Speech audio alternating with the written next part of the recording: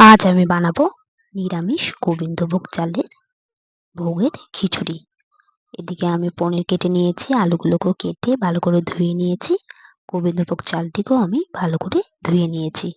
এবার কড়াইয়ে দিয়ে দেবো আমি সর্ষের তেল। তেলটিকে গরম করে নেব। তেলটি আমার গরম হয়ে গিয়েছে। এবার ধুয়ে রাখা গোবিন্দভোগ চালটি আমি দিয়ে দেব।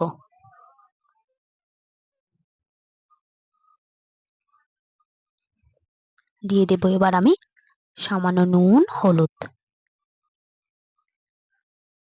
এবার চালগুলোকে ভালো করে ভেজে নিতে হবে। চালগুলোকে মুচমুচে করে ভেজে নেব। চালগুলো আমার এদিকে ভাজা হয়ে গিয়েছে। চালগুলোকে আমি তুলে নেব। ভালো করে মুচমুচে করে ভেজে নিতে হবে। এদিকে আমি চালগুলো তুলে নিয়েছি। ওই কড়াইয়ে দিয়ে দেবো এবার আমি কিছুটা সর্ষের তেল।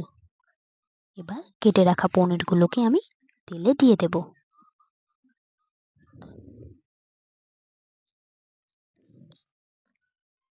পনিরগুলো দিয়ে দিয়েছি। দিয়ে দেব এবার সামান্য নুন। এবার পনিরগুলোকে আমি সামান্য লাল করে ভেজে নেব।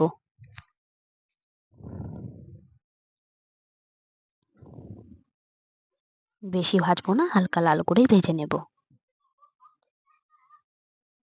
এদিকে আমার পনিরগুলো ভাজা হয়ে গিয়েছে। এবার পনিরগুলোকে আমি তুলে নেব।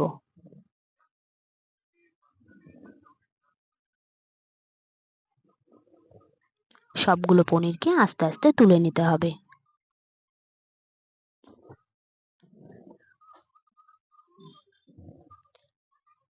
সবগুলো পনির তুলে নিয়েছি। এরকম ভাবেই আমি বাকি পনিরগুলো ভেজে নেব।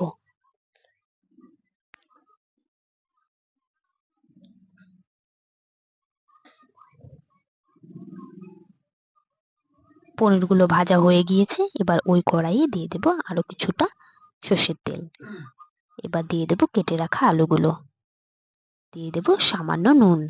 দিয়ে এবার লাল করে আলুগুলোকে ভেজে নিতে হবে। আলুগুলো দেখো এরকম করে লাল করে ভেজে নেব। আলুগুলো ভাজা হয়ে গিয়েছে। দিব এবার ধুয়ে রাখা মটরশুঁটিগুলো।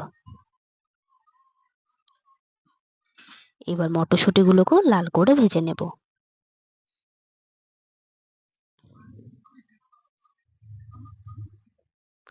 এদিকে আমার মটরশুঁটিগুলো ভাজা হয়ে গিয়েছে।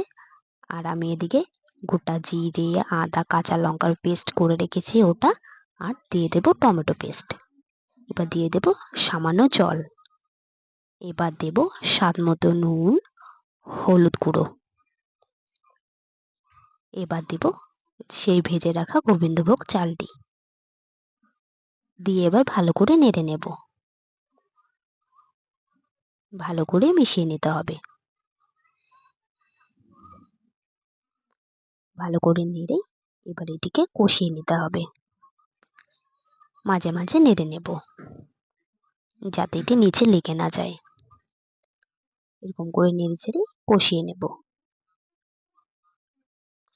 এদিকে আমার এগুলো কষা হয়ে গিয়েছে। এবার আমি এতে দিয়ে দেব জল। আমি এখানে 3 বাটির মতো জল দিয়েছি। আপনাদের পরিমাণ মতো আপনারা জল দিয়ে দেবেন। এবার ভালো করে নেড়েই আমি দিয়ে দেব ঢাকা। 4 থেকে 5 মিনিট পর ঢাকা তুলে নেব। তুলে আবারও ভালো করে নেড়ে নেব। নেড়েই আমি আবারও ঢাকা দিয়ে রাখবো যতক্ষণ না আলু, চালগুলো আমার সেদ্ধ হয়ে আসছে। আবারও 4 থেকে 5 মিনিট পর ঢাকা তুলে নিয়েছি। এদিকে আমার সবগুলো সেদ্ধ হয়ে গিয়েছে। এবার দিয়ে দেব ভেজে রাখা পনিরগুলো।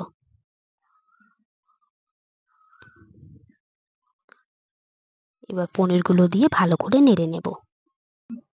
এবার আমি এখানে দিয়ে দেব ঘি, গোটা জিরে, তেজপাতা গরম করে। এবার দিয়ে দেব উপর দিয়ে সামান্য চিনি। চিনি দিয়ে নেড়েই আমি নামিয়ে নেব। এতেই তৈরি হয়ে যাবে আমার গোবিন্দভোগ চালের পনির আলু দিয়ে ডাল ছাড়া নিরামিষ ভোগের খিচুড়ি। ভালো লাগলে লাইক এবং সাবস্ক্রাইব করে পাশে থাকবে।